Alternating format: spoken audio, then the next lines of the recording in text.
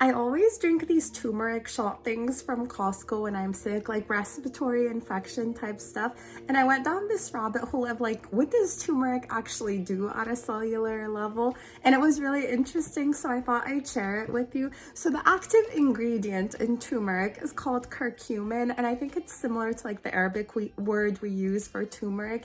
Anyway, I saw like 3 different research studies. They're peer reviewed, so they're real stuff, studying this chemical curcumin, which is the main part of turmeric, and I just wanted to share it on here because I thought it was really cool. So the first thing is fighting inflammation. So a lot of our pain is from inflammation, and inflammation is there to protect you, but then too much inflammation can just be uncomfortable. So turmeric is anti-inflammatory, and it blocks a protein that plays a role in controlling our immune response. So when this protein is overactive, it creates a lot of pro-inflammatory chemicals called cytokines. And so turmeric can help lower this. And if you reduce the amount of cytokines, you can control inflammation. So I saw studies that, I'm not going to get into like the detailed science of it, but they lowered the amount of inflammation with turmeric when you're sick. The other studies were talking about cell protection. So turmeric has antioxidant benefits. It boosts some enzymes, like there's an enzyme called superoxide dismutase, which protects our cells from damage that's caused by reactive oxygen species.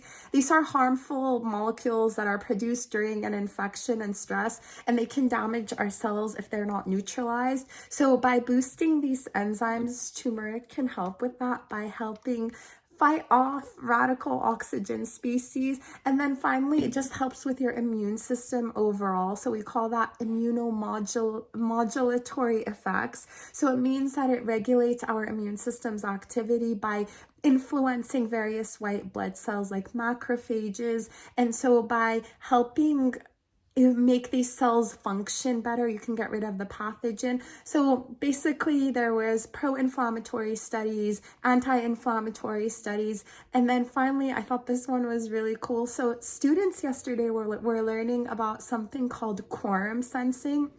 And in microbiology, quorum sensing is highly linked to infection. So what they discovered in quorum sensing, I'm going to say what it is quorum sensing is the ability of bacteria, this is a bacterial thing, to communicate with each other, and they release signaling molecules, and these signaling molecules can tell bacteria to do things like release toxins to make you more sick, or make sticky substances so that they can stick on your tissues more, various things. So that's quorum sensing. And so we've noticed now that quorum sensing in a lot of bacterial infections, it can make the infection much worse. So turmeric, or curcumin, what the active ingredient in turmeric, was found to stop quorum sensing. And yesterday we were talking about like how garlic plays a role in this, but it was really cool because I was reading that turmeric disrupts quorum sensing. And again, this is the ability of bacteria to communicate with each other and coordinate their behavior, like forming biofilms, which are these protective layers that make bacteria harder to treat.